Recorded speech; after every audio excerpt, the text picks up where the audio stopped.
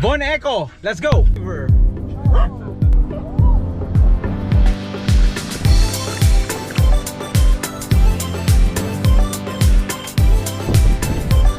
Here at Bon Echo,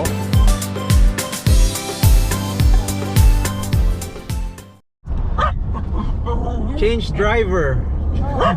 So nagpagasolina kami. Oh. Tapos yung truck nakasunod sa amin. Ang luwag-luwag. As in walang ibang tao dun sa gasolina. Nakasunod sa amin. Ayan, gagalit ulit. Nagagalit yung magnanay. Oo. Hindi kasi pag sabi namin, magpapagasolina ako tapos magsuswitch kami. Eh syempre, pagka magsuswitch ka ng driver, pag-aayusin mo pa yung mga ano mo, salamin, upuan. Eh nakatutok sa likod ko, eh luwang-luwang ng gasolinahan. Pakiramdam niya, siguro kanya lang yung area na yung pambira. Inisip niya truck, sinundan niya lang yung truck. Kala niya pang truck lang yun. Okay, we're heading.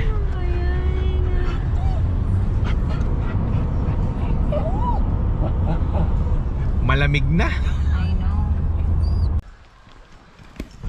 So nandito ako mga abe sa Bon Echo Provincial Park at magre-rent kami ng canoe kasama si Baltic. At ito, may dala kaming aming mga life jacket. Essential.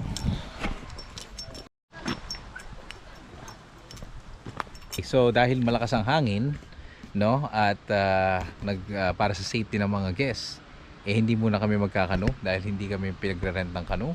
So gusto naming mag-hike at tinitingnan ni Miss JDL yung maps, mga mapa. Ano ba mga trail dyan na nandyan? Ito kasi yung kanyang rentals, amphitheaters. Hanap kami ng pet area. So sino ba ang may pinakamagaling maghanap ng pet area? Siyempre yung pet, ayun, may hilap eh. Inaamoy niya siguro yung mga Ayun o, ginggingin. ginggingin. Inaamoy ko dito. Explain gingging.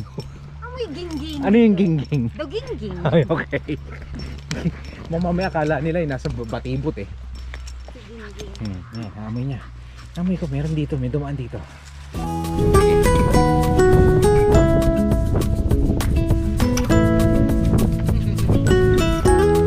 Kaya video naman tayo.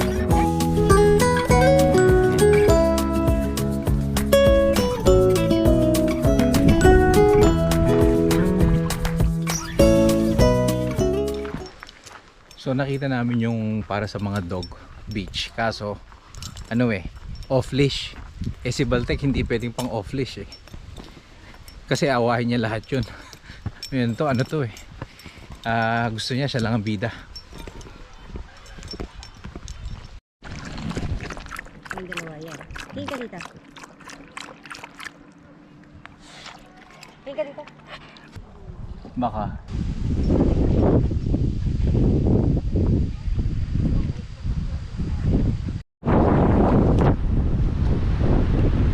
Okay. Okay, so, di ba sabi namin, sarado yung rental. Mahangin daw. Sabi namin, wala na mahangin. Makita namin, hindi sila makaalis.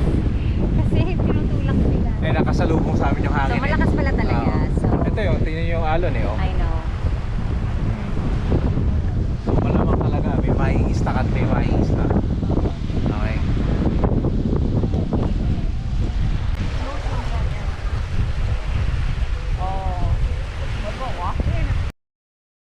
Nag-testing na rin ako dito ng drone. Titingnan ko kung lilipad. Bye, drone. Kasi ka na tambas?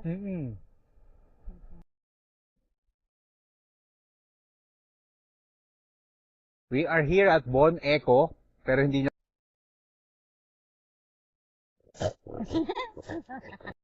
kasi maingay yung drone.